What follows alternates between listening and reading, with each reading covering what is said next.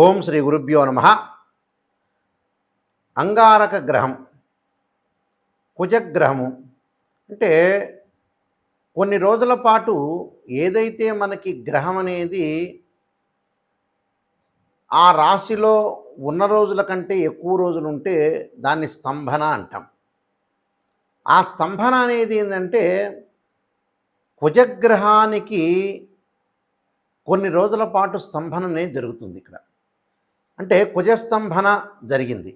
అంటే కుజస్తంభన అంటే మనకి ఆగస్టు 27వ తారీఖు నుండి 2024 అక్టోబర్ 21 తారీఖు వరకు కూడా 55 రోజుల పాటు కుజస్తంభన జరగటం, మళ్ళీ తిరిగి మిథున రాశిలో సంచారం చేసే కుజుడు కర్కాటక రాశిలోకి మళ్ళీ వెళ్ళి అక్టోబర్ 21వ తారీఖు నుంచి జనవరి 22వ తారీఖు వరకు కూడా, జనవరి 22 అంటే 2025 జనవరి 22వ తారీఖు వరకు 92 రోజుల పాటు కర్కాటక రాశిలో కూడా స్తంభన జరిగింది.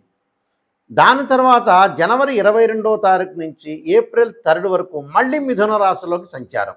అంటే ఇక్కడ మిథున రాశిలోంచి కర్కాటక రాశిలోకి రావటం, మళ్ళీ కర్కాటక నుంచి మిథున రాశి రావటం జరుగుతుంది.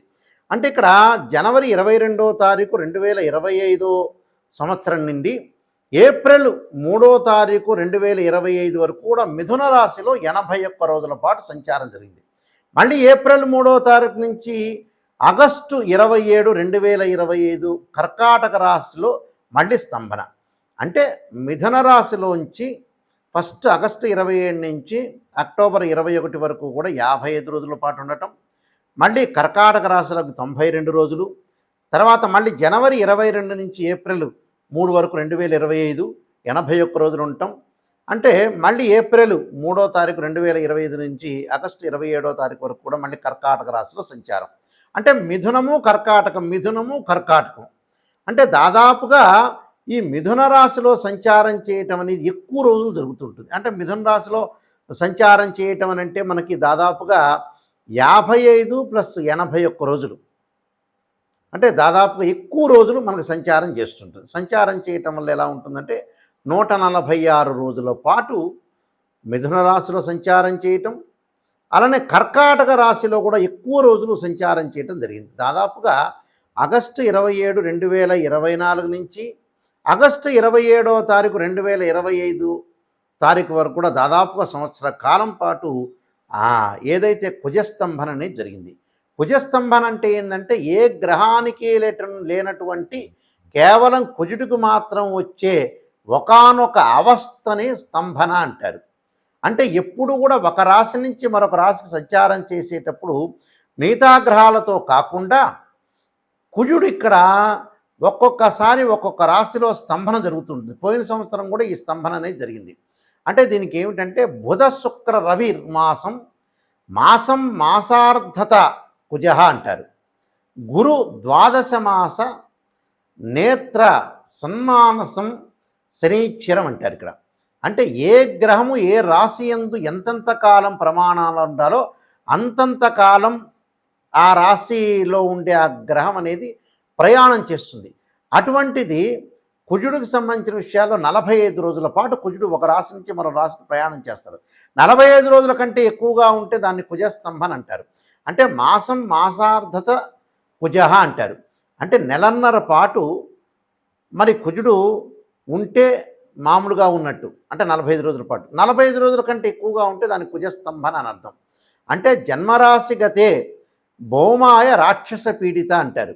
అంటే ఒక్కొక్క రాశిలో కుజుడు ఉంటే అలాంటి సంఘటన జరుగుతాయని అర్థం. మనకేమిటి అంటే చాలా చోట్ల కూడా మనకి కుజుడి గురించి ప్రస్తావన వాల్మీకి రామాయణంలో కూడా చెప్పారు. అంటే వాల్మీకి రామాయణంలో కూడా రోహిణీ నక్షత్రం అన్నీ పీడించేది కుజుడని, కుజుడు రోహిణీ నక్షత్రం గురించి కూడా కొన్ని మాటలు చెప్పబడింది. అందువల్ల ఇక్కడ కుజస్తంభన అనేది చాలా ముఖ్యమైనది. కుజుడు ఏంది, భూ సంబంధమైన కారకుడు, కోర్టు వ్యవహారాలు, రియల్ ఎస్టేటు, అన్నదమ్ములు, అలానే మెడికల్ సంబంధించిన విషయాల్లో కానీ, శారీరక శ్రమను కానీ, మిషనరీ కానీ, అంటే ఇవన్నీ కూడా న్యాయస్థాన సంబంధమైన రక్షభటులు, నేవీ కానీ, అలానే సైన్యం కానీ, అలానే మేస్త్రీ పనులు చేసేవాళ్ళు కానీ, రియల్ ఎస్టేట్ కానీ, కన్స్ట్రక్షన్ కానీ, వ్యవసాయ భూములు కానీ, అగ్రికల్చర్ సంబంధించిన విషయాలన్నింటిలో కూడా కుజుడు కారకత్వాన్ని వహిస్తుంటాడు. మరి కుజుడు యొక్క కారకత్వాన్ని వహించేటప్పుడు అత్యంతంగా ఇక్కడ ఎక్కడ పీడించబడతారు అంటే ఇక్కడ ముఖ్యంగా ఏమిటి అని అంటే మనకి ఇంకా ముందుకు వెళితే అక్టోబర్ 19వ తారీఖు నుంచి మనకి 2025 జనవరి 21వ తారీఖు వరకు కూడా కుజుడు నీచ స్థానంలో ఉండి కర్కాటక రాశిలో స్తంభించి తన శత్రువైన శనితో దీర్ఘకాలంగా షష్టాష్టక స్థితిలో ఏర్పడుతుంటాడు. అంటే షష్టాష్టక స్థితి కూడా ఉంటుంది. అంటే కర్కాటక రాశిలో ఉన్న కుజుడిని శని చూస్తుంటాడు, పరస్పర వీక్షణ కలుగుతుంది. ఆ వీక్షణ కలిగిన తర్వాత రకరకాల ఉపద్రవాలు వచ్చే అవకాశాలు కూడా ఉంటాయి. కాబట్టి మరి ఇక్కడ ఏదైతే మనకి కుజుడు యొక్క స్తంభాన్ని బట్టి మనం చూసుకోవాలి. ఎందుకంటే కుజుడు సత్వ భూ ప్రకార రోగ వ్రణ సాహస శస్త్ర అగ్ని సందర్శనోత్పాటన భాతృ కుజ అంటారు. అంటే భూమికి సంబంధించినవి, అన్నదమ్ములకు సంబంధించిన, అగ్నికి సంబంధించినవి, వాహన శస్త్రాలకు సంబంధించినవన్నీ కూడా మనకి కుజుడు తెలుపుతూ ఉంటాడు. అంటే కొంతమందికి అత్యంతంగా లాభపడే రాశులు ఉంటాయి, అత్యంతంగా దారుణంగా పీడించబడే కొన్ని రాశులు ఉన్నాయి, మధ్యంతర రాశులు కూడా ఉన్నాయి. కాబట్టి ఏ రాశుల వాళ్ళకి బాగుందో లేదో మనం చూసుకుందాం. ముఖ్యంగా మిథున కర్కాటక రాశుల వాళ్ళకి కొంత చెడు కాలం అని చెప్పుకోవచ్చు. ఆ తర్వాత మీనము, మేషము, వృశ్చికము, ధనస్సు అంటే ఈ 6 రాశుల వాళ్ళకి కూడా కొన్ని ఇబ్బందికరమైన పరిస్థితులు ఏర్పడే అవకాశాలు ఉంటాయి. కాబట్టి ఇక్కడ మిథునము, కర్కాటకము, మీనము, మేషం, వృశ్చికం, ధనస్సు వాళ్ళు కొద్ది జాగ్రత్తగా ఉండాలి. మిగతా రాశుల వాళ్ళకి కొన్ని మంచి యోగాలు ఉండే అవకాశం అనేది ఉంటాయి. కుంభరాశి వాళ్ళకి కుజస్తంభన జరగటం వల్ల ఏ విధంగా జరగబోతుంది అంటే చాలా రోజుల పాటు కుజస్తంభన జరుగుతుంది. మిథున రాశిలో కుజుడు స్తంభం జరగటం, కర్కాటక రాశిలో కూడా కుజస్తంభన జరగటం వల్ల ఏ విధంగా జరగబోతుంది అంటే 6వ స్థానంలో కర్కాటక రాశిలో కుజస్తంభన జరగటం వల్ల కొన్ని రోజుల పాటు, అంటే ఎన్ని రోజుల పాటు, అక్టోబర్ 21 నుంచి జనవరి వరకు, అంటే దాదాపుగా జనవరి నెల వరకు కూడా, అంటే జనవరి 22వ తారీఖు వరకు కూడా కర్కాటక రాశిలో 92 రోజుల పాటు కుజస్తంభన జరుగుతుంది కర్కాటక రాశిలో. మళ్ళీ తిరిగి అదే 2025వ సంవత్సరం ఏప్రిల్ 3 నుంచి ఆగస్టు 27 వరకు కూడా 81 రోజుల పాటు జరుగుతుంది.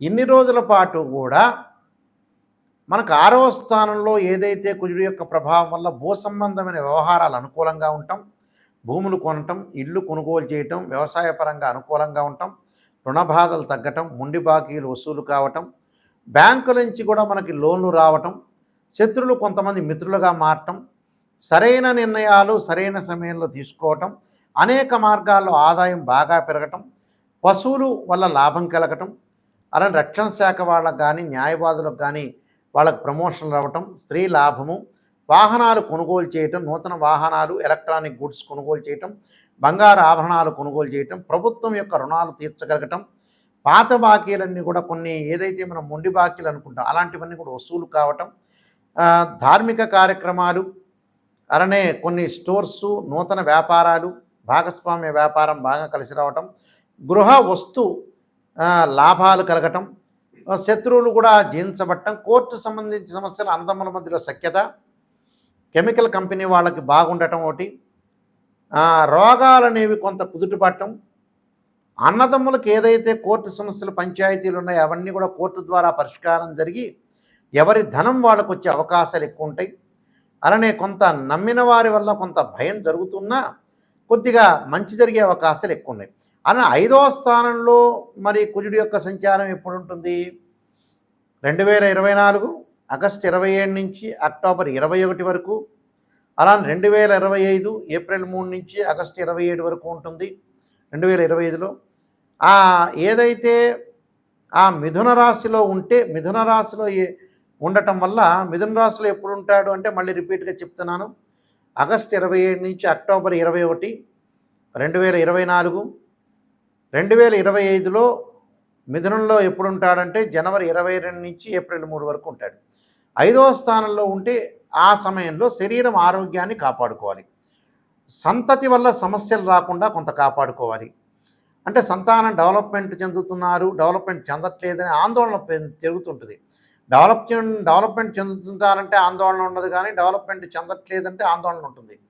సంతాన సమస్యలు, సంతానం లేని వారికి కొన్ని ఇబ్బందికరమైన పరిస్థితులు, పరస్త్రీల వల్ల కొంత అవమానాలు, పరపురుషుల వల్ల కూడా అవమానాలు, బంధువుల రీత్యా కొన్ని బాధలు, ఇనుములో యంత్రాల్లో పనిముట్లలో ఉండేవాళ్ళు గాయాలు, కాలాతీత భోజనం, సమయానికి భోజనం చేయకపోవటం, నిద్ర అనేది కరెక్ట్గా ఉండటం, దోషణ భూషణలతో ఉండటం, సమయస్ఫూర్తి అనేది చాలా అవసరం. నేను చెప్పిన పరిహారాలు మీరు ముందు చేసుకోవడం వల్ల మీ మంచి జరిగే అవకాశం ఖచ్చితంగా ఉంటుంది. అంగారకుడి యొక్క ప్రభావం అనేది మనకు ఉండకుండా ఉండాలంటే తప్పకుండా అంగారకాయుధే శక్తి హస్తాయ ధీమే తన్నో భౌమ ప్రచోదయాత్ అనే మంత్రాన్ని, తత్పురుషాయ విద్యే మహాసేనాయ ధీమే తన్నో షణ్ముఖ ప్రచోదయాత్ అనే మంత్రాన్ని, అలానే కందులు, ఎర్రని వస్త్రము, ఎర్రని పూలు, ఎర్రని పదార్థాలు మంగళవారం రోజున ఉదయం పూట కుజహోరలో ఉంటుంది. కుజహోర అనేది ఉంటుంది. ఆ కుజహోరలో మనం ఇవన్నీ కూడా దానం చేయాలి. దానం చేయడంతో పాటు తప్పకుండా కొన్ని అనుసరించాల్సిన విషయాలనే ఉన్నాయి. మంగళవారం రోజున ఈ కుజస్తంభన ఎంత కాలం అయితే ఉంటుందో మంగళవారం రోజున ఉపవాసం చేసి సుబ్రహ్మణ్య స్వామి యొక్క ఆరాధన చేయటం చాలా మంచిది. ఆరాధనతో పాటు ఏదన్నా సరే సుబ్రహ్మణ్య స్వామి యొక్క క్షేత్రాన్ని దర్శనం చేయటం ఒకటి, వివాహం కాని వాళ్ళు ముఖ్యంగా శ్రీ వల్లీ దేవసేన సమేత సుబ్రహ్మణ్య స్వామి యొక్క కళ్యాణం చేయటం, సుబ్రహ్మణ్య స్వామికి అభిషేకం చేయటం, కందులతో చేసిన ఏదైతే వంటకాలన్నీ కూడా ఏదైనా సరే తయారు చేసి దేవాలయంలో ఇచ్చి భక్తులందరికీ కూడా పంచాలని ఆ దేవాలయంలో ప్రధాన అర్చకులకు చెప్పటం, అంటే ఇవన్నీ కూడా. అలానే మంగళవారం రోజున ఏదైతే మనకి రాహుకాలంలో దీపం పెట్టడం, ఇలాంటివన్నీ కూడా చేయటం వల్ల ఏంటంటే మనకు కుజుడి యొక్క దోషం పోయే అవకాశం ఉంటుంది. దాంతోపాటు ధరణీగర్భ సంభూతం విద్యుత్కాంతి సమప్రభం కుమారశక్తి అస్తంచ మంగళం ప్రణమామ్యం అని చక్కగా ఈ మంత్రాన్ని చదవండి. మంత్రాన్ని చదవడం వల్ల కూడా మనం మంచి జరిగే అవకాశం ఖచ్చితంగా ఉంటుంది. మీ అందరికి కూడా మంచి జరగాలని ఆశిస్తూ సర్వే జనా సుఖినో భవంతు.